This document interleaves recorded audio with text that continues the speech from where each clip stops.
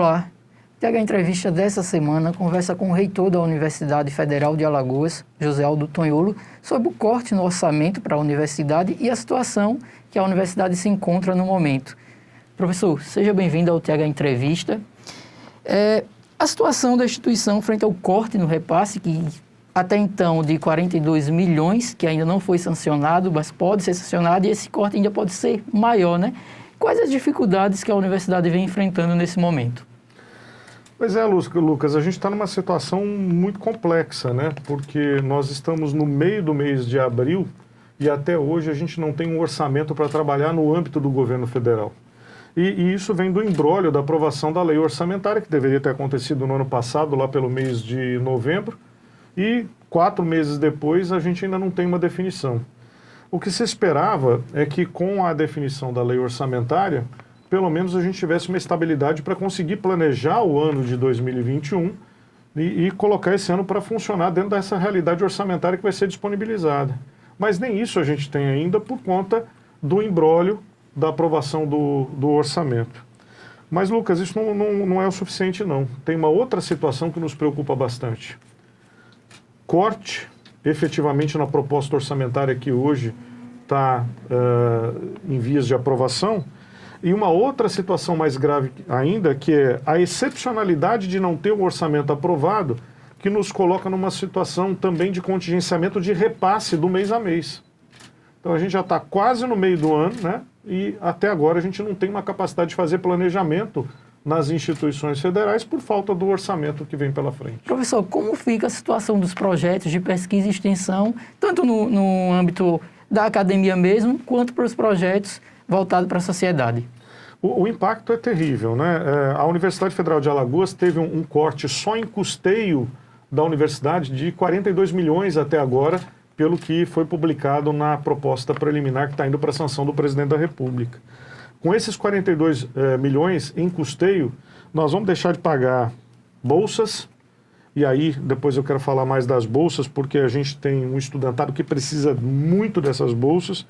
Nós vamos ter prejuízos no pagamento de contratos de manutenção, de água, de energia, de segurança, de limpeza, mas nós vamos ter esvaziados os equipamentos, o material de consumo, a infraestrutura necessária para fazer pesquisa de qualidade e fazer extensão de qualidade.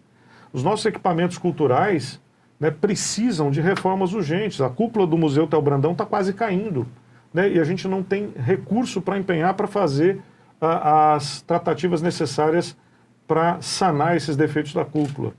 Do ponto de vista da pesquisa, exatamente agora na hora da Covid, que a gente mais estava precisando de fazer ação com a sociedade, os recursos escassearam.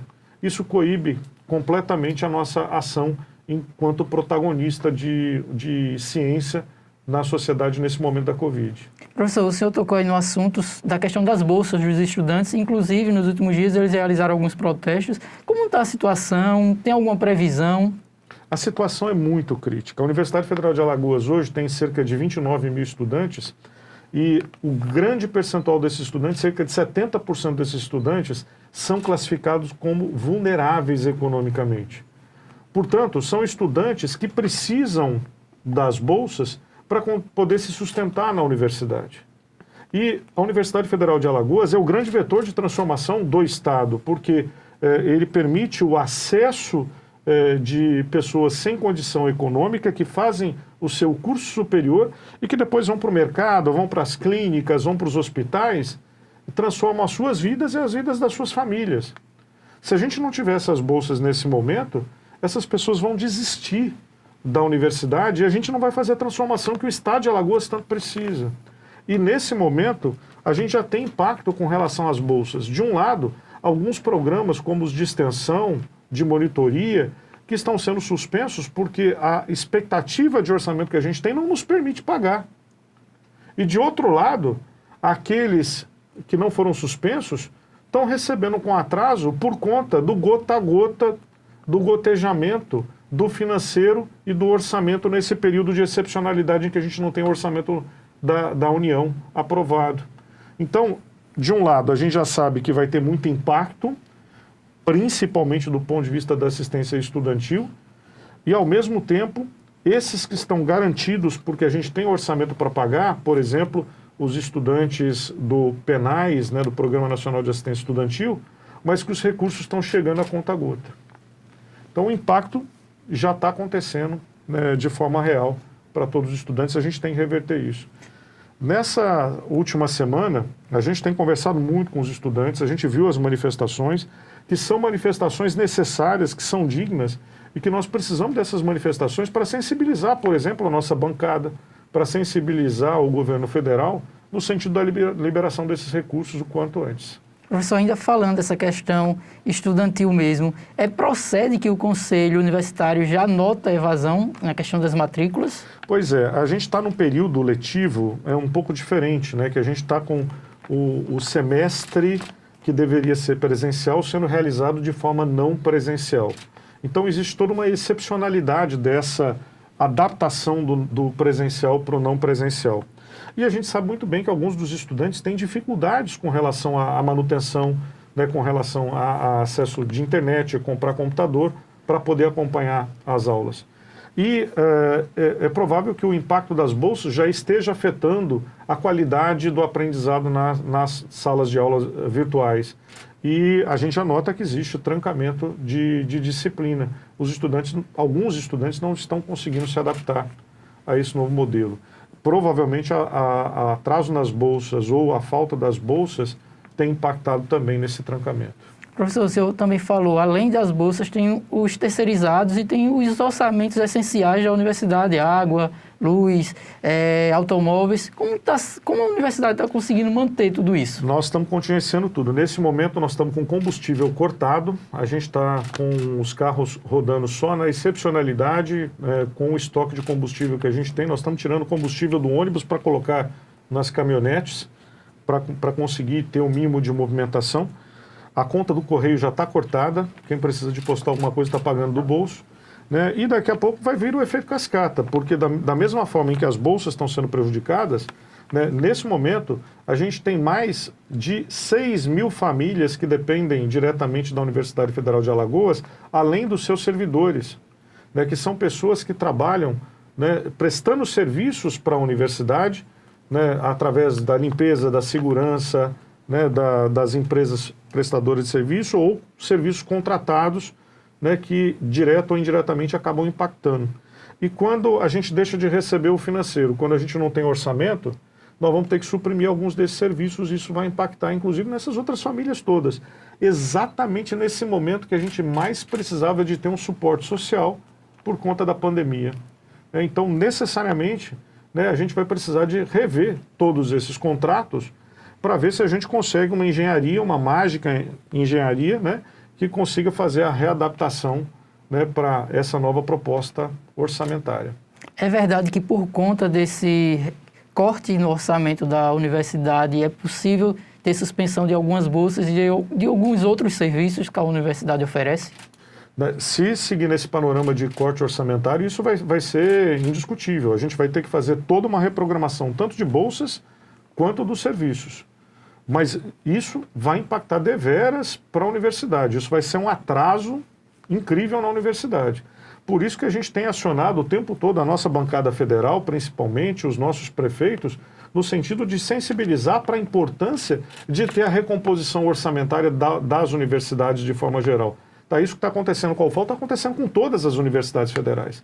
Então nós precisamos da recomposição do nosso orçamento para garantir que a gente tenha o desempenho satisfatório. E hoje a gente tem um agravante. A Universidade Federal de Alagoas é o terceiro maior orçamento do estado de Alagoas. Se o nosso orçamento definha, isso impacta diretamente no estado todo, né? Hoje o maior orçamento é do próprio governo do estado, o segundo maior orçamento é da Prefeitura de Maceió e depois vem o orçamento da universidade. Então, os recursos que vêm do governo federal para a universidade se espalham por todo o estado de Alagoas e dão sustentação ao mercadinho do seu Antônio, à peixaria do seu Manuel e por aí afora. Então, a gente tem um impacto muito grande dentro do estado de Alagoas e a gente tem que garantir essa recomposição. Professor, a gente falou sobre a questão da situação que a universidade se encontra no momento, mas em contrapartida também tem alguns projetos, principalmente voltados agora no enfrentamento à Covid-19, não é isso? exatamente nesse momento que a sociedade mais precisa da universidade e que ela está contando com a universidade, a gente está ficando na mão, né? Veja, a Universidade Federal de Alagoas tomou a dianteira quando a Covid bateu aqui no estado, no dia 16 de março, um ano e um mês atrás, nós tivemos que suspender as nossas aulas. Mas a Universidade Federal de Alagoas não parou, não. Ela está trabalhando diuturnamente, né? A Universidade Federal de Alagoas não se acovardou. Ela foi para o front, né? As aulas a gente teve que reprogramar para serem não presenciais, mas grande parte do nosso pessoal está lá no presencial no dia a dia. A universidade está operando do ponto de vista administrativo integralmente. O nosso hospital universitário, além do dia a dia enquanto hospital, conseguiu estruturar toda uma ala Covid que atendeu e salvou a vida de muitos alagoanos depois dos manauaras, e nesse momento está lá lotada. A ala Alagoas e a ala Manaus estão completamente lotadas com os alagoanos. E nós estamos lá salvando vidas hoje. Nós não nos acovardamos, a gente foi à frente, a gente montou a estrutura. Hoje, lá em Arapiraca, está acontecendo um mutirão de testagem numa parceria da Universidade Federal de Alagoas com a Prefeitura Municipal de Arapiraca. E a ideia é que a gente faça mais de 1.000 testes de PCR nessa próxima semana lá em Arapiraca. A mesma ação vai ser desenvolvida aqui em Maceió, provavelmente a semana que vem ou até 15 dias, em que a gente vai conseguir fazer testagem por PCR de mais de 1.000 pessoas no mutirão. Por quê? São esses testes que nos permitem entender melhor a doença e que vai permitir que o prefeito, que o governador, que os prefeitos, o governador, possam tomar decisão com relação a relaxar, apertar o decreto, né, de isolamento. E a universidade está lá o tempo todo, na ativa. A universidade produziu álcool em gel, produziu máscara, né, desenvolveu um equipamento fantástico de ventilador pulmonar, fez vários estudos técnicos, fez aplicativos. A universidade não parou. Nesse problema da pandemia, a equipe do Serviço Social da UFAL fez cartilha orientando a população de como fazer bom uso dos recursos do auxílio Covid, por exemplo, do governo federal, do auxílio emergencial. Então, vários setores da universidade foram a campo. A gente está mais na rua, mais integrado com a população que nunca. E a gente não vai parar, não. A universidade não vai parar, não. Ela vai continuar funcionando com toda a sua energia. A única coisa que a universidade pede e que a população de Alagoas pede é o respeito para que a gente consiga trazer educação de qualidade, para que a nossa universidade consiga cumprir com o seu propósito de transformar Alagoas pela educação. É só isso que a gente pede. E para isso, a gente tem o direito constitucional do investimento, que é obrigatório para o governo fazer nas universidades. É isso que a gente quer. São os projetos além do muro da universidade, né? Para isso o governo federal tem que chegar junto para continuar acontecendo, né? Educação é prioridade constitucional, tal qual a saúde, né? Então nós só queremos ter atendida essa prioridade constitucional. A universidade tem feito o seu papel aqui no estado, tem formado os bons profissionais que estão na liderança do governo, dos tribunais, dos hospitais.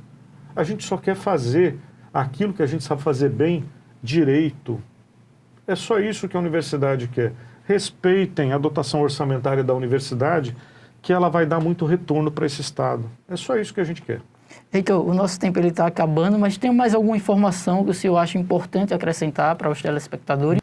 Daqui a pouco a gente já está lançando o edital do SISU 2, que vem pela frente mais 2.500 vagas, né, à disposição do estado de Alagoas. E eu espero, né, que a Universidade de Alagoas continue cumprindo com o seu papel, com a sua responsabilidade, como tem feito nesses 60 anos de existência. Heitor, mais uma vez, muito obrigado pela sua participação no TH Entrevista, passar essa informação para toda a sociedade. Muito obrigado pela atenção de vocês. Vocês têm sempre espaço aberto lá na UFAL também. Professor, obrigado. Com essas informações, o TH Entrevista dessa semana fica por aqui, mas na terça-feira estaremos juntos com um novo convidado. Eu acabei dando a data, não sei se é conveniente a data, né? Mas como hoje é dia de encerramento do SISU, né? Você falou que se encerra hoje, foi isso? É. Ele falou que encerra